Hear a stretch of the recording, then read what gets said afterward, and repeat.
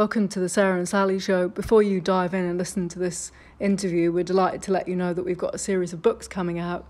We've got art, hip-hop, music, and we've also got a new Blag book, Volume 4, Number 1. Check it out at www.blagmagazine.com. Oh, Booking.com. I'm going to somewhere, anywhere. A beach house, a tree house. Honestly, I don't care. Are you dreaming about your next holiday? Go to Booking.com and easily find your perfect holiday home. Booking.com. Yeah. Welcome to the Sarah and Sally Show. This is your host, Sarah, and this is Sally. We are delighted to be bringing you a recording of Amy Winehouse. This is an interview that we did in 2007. This was just before Back to Black was released, and we did an interview and a photo shoot, and the interview was done in the middle of Selfridges, which is, if anyone who doesn't know, it's a huge, amazing department store on Oxford Street, and it's on the ground floor in a nail bar where Amy was having her nails done. And we were surrounded by tons of shoppers and music and lots of people buzzing, so there is quite a lot of atmospheric sound. You may also not be able to hear all of the questions I'm asking because Amy has the mic.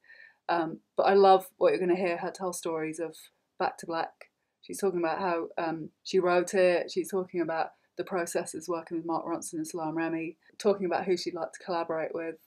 And I think she's just really enthusiastic. I really enjoy listening back to it and hearing her be like on the cusp of this huge album and just being kind of like, just being in the album as opposed to being sort of pre-prepared for how huge it went. Yeah, I think the thing that kind of got me about it was she sits and says that she doesn't think Tears Dry on that it's going to be a single. That was really interesting because that was my favourite track on the album. Sorry, go ahead. I was going to say I really love her taste in music and who she wanted to collaborate with. Yeah, it would have been really great. It would have been fantastic. Okay, we're handing you over to a very vibey Selfridges, 2007, Central London. I feel like everyone can kind of drone in and just be present. We hope you really enjoy it. We're excited to share it with you. Thanks for listening. I'm 23. Okay. And can you describe yourself? Generous, maternal. Okay, my father would say I'm most likely to. I don't know, most likely to. He actually thinks I'll go to number 1. That's good. Yeah. Can you talk about? I know it might be a bit boring, but some of the stuff's kind of newish because we have fiction. Yeah. Can you talk about discovering your voice? I didn't think it was that special to be able to sing. Yeah. I just assumed everyone could sing. Okay, so where was that? Well, my mum realised that I could sing when I did Greece. I was about 10 or 11. It was our leavers play at school, and she was like, "Yeah, all right, shit, my daughter can sing." I didn't realise I could sing until when I was at Sylvia Young's. Everyone could sing. When I left Sylvia's and I went to the Brit School, I was like, you know what? Not a lot of people can sing, because I'd always been around people that could sing. Yeah. And is that where you learned all about different sort of styles of music, or is that something? No, I mean, I probably learned more about music when I got kicked out of Sylvia's, because I came away from what I'd been doing there and I just was looking for something worthwhile, and that's when I came across jazz and blues and Ray Charles and stuff. And how did you get kicked out? I think it was just really stupid things like I had bad attendance, and I wasn't working as hard as I should have done, like on my academic studies. And, I just was naughty, quite rebellious. Nice. Yeah. So, can you tell us about all the other sort of genres? It's all kind of mixed up, the questions go into, actually, we start with, can you tell us about your experience working with Salaam, who you worked with before, and then what was it like working with Mark? It was really cool. Like, so the thing with Salaam is we had our songs, and then I'd go to New York, and then when I came back to Salaam, the stuff that me and Mark had done, I mean, the way me and Mark worked was like, we just, musically, we just fell in love on the spot. Completely. It was love at first sight. I mean, like, it was really cool. Like, I'd play him something, and he'd be really inspired, and just be like, okay, go to the hotel. I'd play him one song, he'd be like, okay, come back tomorrow. I'm going to do my homework tonight, work. And then he'd play play something the next day that was just beyond anything that I'd just be like, this is my God, my record's really amazing. And then when I went back to Salam after having met up with Mark, Salam was like, what? I'm better than him. Like, he was really like, I know, we can pull it out.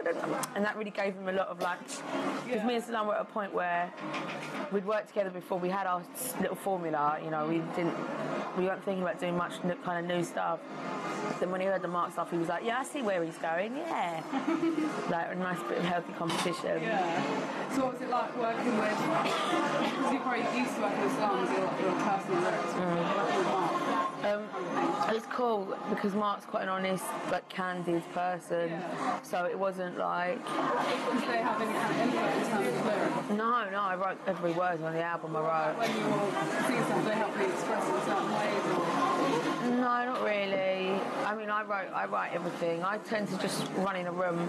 I tend to work out chords that I like and whatever. I leave them with the track in one room and then go and write my lyrics, come out, change what I don't like about the track and then sing it down. Cool. What kind of things do you listen to? I know you said this a bit in the press, but I thought it's quite from you. But what kind of things do you listen to before and during Frank? And then if you really changed? I was completely different. I mean, I don't listen to any of the... When I was making Frank, I was listening to a lot of jazz. Like, a lot of jazz. A lot of Ray Charles. This time, like, and still the same hip-hop that I've always loved, but this time around it was much more like... I didn't listen to any jazz, really. I listened to some hip-hop, but mostly... Last time around. Yeah, both. Busta Rhymes, Nas, Mos Def. I love Mos Def. So we met because Most called you when we first met you. Yeah. At my house, he was like, I'm round at my friend's house and we ran this magazine together. So he was going to be, he watched me pop. Yeah. Funny. Wow. So cheeky. I think you were going to come round and that in control or something. Yeah. I remember that, I did. I remember him walking towards me with Jessica, his girlfriend of the time. Yeah. And I was just like... He's lovely though, isn't he? Can I have them smaller rather than bigger? Yeah. We're gonna cut them. And I mean like thinner. Like narrow. You have to fit your nail. Yeah. They're not gonna look like last. Okay. But we're gonna cut them and file them however you want to file them. Yeah. Okay. So you listen to that kind of hip-hop and jazz and Frank? I'll shift my mic over. Yeah, so I was listening to like that kind of hip-hop, like positive thought rappers. And then always things like, and always things like Wu-Tang and so on. But then this time around I was into a lot of girl groups, a lot of doo-wop. So, I don't know, so you know how you said you listen to like loads and loads. Yeah. I don't know, was there anything, you know, sometimes something you feel like it's your absolute favourite song and then you'll go back to like Winehouse, like... Yeah, a lot of jazz, a lot of vocal jazz, I just think, yeah, definitely. But I used to love like the Mamas and the Papas. I do that. Excuse me, now I'm just like, ugh, what's I thinking? But I love that song, Dream a Little Dream of Me. Cool. So you have inspired by 56 with girl groups. Is there anything in particular that church music? Shangri-La's. And then like scarf bands like the Specials and the Beat, and you know I love stuff like that. Yeah, guitar bands really. Yeah. And any kind of new stuff? Not really. No, not really. Okay. And it said in the press release you've got like a new songwriting approach. What, have I got a new one? Yeah. Not really. Except that this album took a lot quicker to write than the last one. I did my last one for like 2 years. It took me 4 years to make my last one. 4 years, pretty much. Or 3. But this one I did in like 6 months. Wow. That's cool. Yeah. Can you explain the title? Back to Black is about... kind of, you know, when you split up with the relationship, you obviously go back to what you know. You know, my ex went back to his girlfriend, and I went back to, like, you know, tunnels and, being really depressed and drinking like a bastard. And yeah, that's what I mean. Yeah. Can you talk a little bit about Very natural. Very natural. Yes. I think that the album really shows your knowledge of musical history. And I just wanted to get you to talk about that. Because some people might think that it's been sort of brought to you rather than discovered. Oh, well, I don't know. Everything I listen to rubs off on whatever music I make. So I guess it's just what I'm listening to coming out in what I'm writing. There wasn't like the record company sitting around going, right, new album, new sound. Like, it wasn't like that. It was very much just what I was writing was coming out like that, and that was the music I liked and listened to, and yeah. And was there anything that Marco Islam brought to the table that really, really surprised you, or anything that you brought to the table that really surprised them? Well, I guess a bit of both, in both ways. I mean, my song Tears Dry on Their Own has the same bass line as that Tony Terrell and Marvin Gaye track, Ain't No Mountain High Enough. And Salam just pulled that out of the air completely. Like, we already had the song written, and then it just so happened that it went perfectly underneath it, the bass and the drums. Is that going to be a single? No, probably not. I really like it. I'm doing it today on Jules Holland, so that'll be on telly November the 3rd.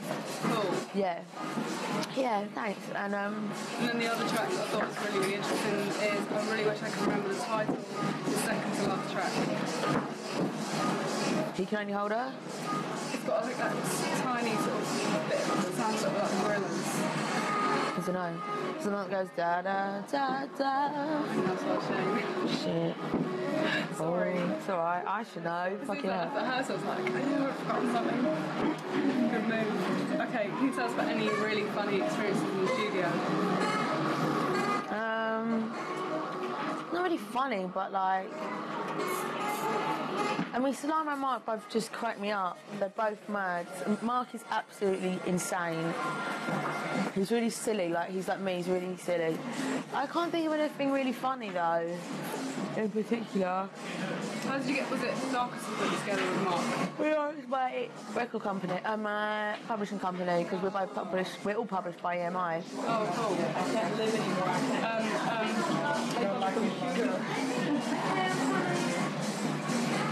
I want you to make up a song using samples that really, really explain your taste in music. You say, like, yeah, I really love that song on that track, and I love that break on that track. Yeah. Is there anything, what else do you think would make your ultimate sample record? I don't know, because I want to do a samples record. I don't know. I don't like strings, but there's some strings on the front of this Frank Sinatra track, You Go To My Head, and I want to sample that on a loop. That's amazing. But there's a million things that I love, you know, like not even like a beat or whatever, just snippets, like atmosphere. I'll probably do a Shangri-La's sample album and just sample the shit out of them. I love them.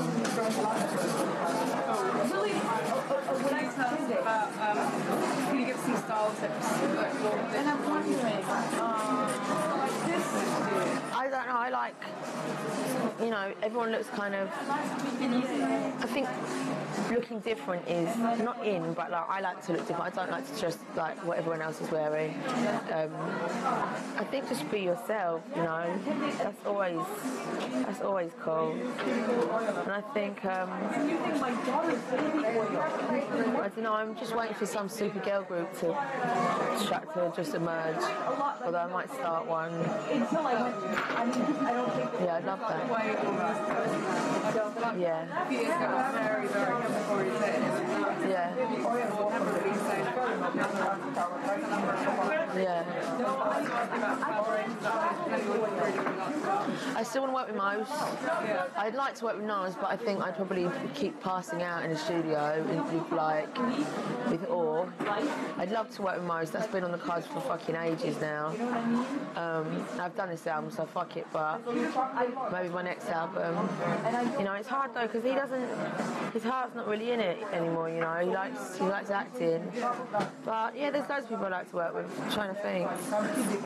I don't know, there's a million people. I'd like to do something with Missy Elliott or Lil Mo or Faith Evans, or actually I wouldn't sing with her because she'd show me up.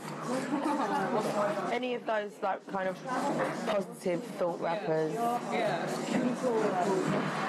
And know. He won the and I just wondered if there's any contemporary you really like getting on with. Well, I was really proud. I mean, they're pretty much the ones, right? So that's something I'm really proud of. And they're about like acclaim rather than popularity. So yeah, I'm really proud to have been nominated, and I'm really proud to have got the Ivor. Yeah.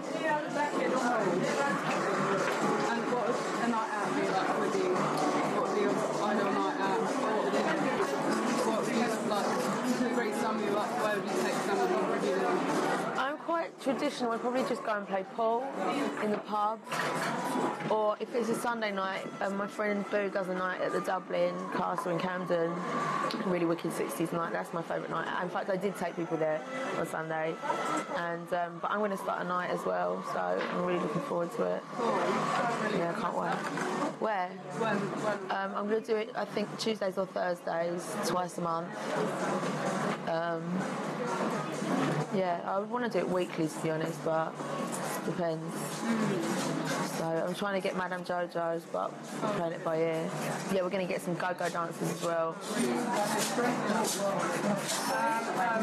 talked, I know you've done it as well, about like tattoos. Can you talk about your ideas of what you have done, where you got them from?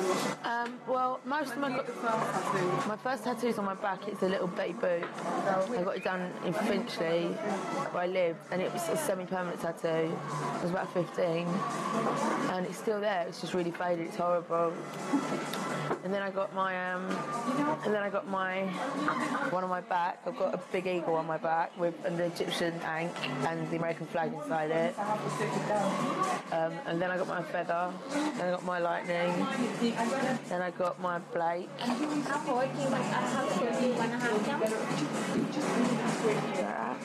that? And square or? No, roundy. Yeah, like pointed almost. Yeah. Yeah, then I got my one for my grandma. Then I got my horseshoe. Then I got my horseshoe filled in and colours. And I got my hearts on my shoulder at the same time. Then I got my titty girl. And then I got my anchor. So, what would you have next? I want a Betty Page head on my like here. Cool. But I think it's a bit of a bad idea. You think what, sorry? I think it might be a bad idea. I think I've got enough. And then, who'd be your ideal man? I've got my ideal man. That's good. He's lovely.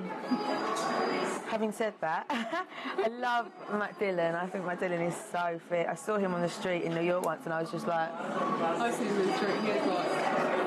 He kind of looks like a Muppet though. Yeah. Like not a Muppet, but an actual real made of felt Muppet. His face is so square. Yeah. And his features are so strong.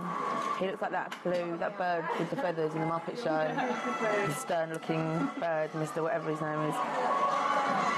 And then, can you give us 5 things to avoid for a successful day? 5 things to avoid? Yeah. That's the last question. Dickheads? I don't know, things when you're out with it. Things to avoid doing.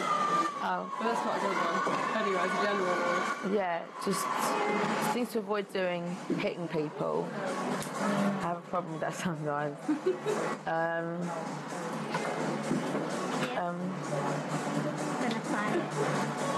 Yeah. Hitting people. I don't know. I know how to make your day good. I can do that if you like. Oh yeah. Okay, playing pool. Having moderate drinking. Having a sunbed. Going to the gym. And having massive hair. Cool. I was in heat today and it said you know, in the spotted bit, and it said a massive bouffanted Amy Winehouse carrying a guitar trying to look for someone to eat. I was like, my hair's in the paper. Yeah.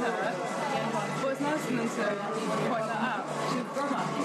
Was it nice of them to say that rather than anything else. No, it's true. Did you go to Tita Fontees on? No, I didn't. Oh. Good. It was cool. I left after the first set. She did two little 15-minute sets. I left after the first one because it was Sunday and I wanted to go and dance at my friend's night.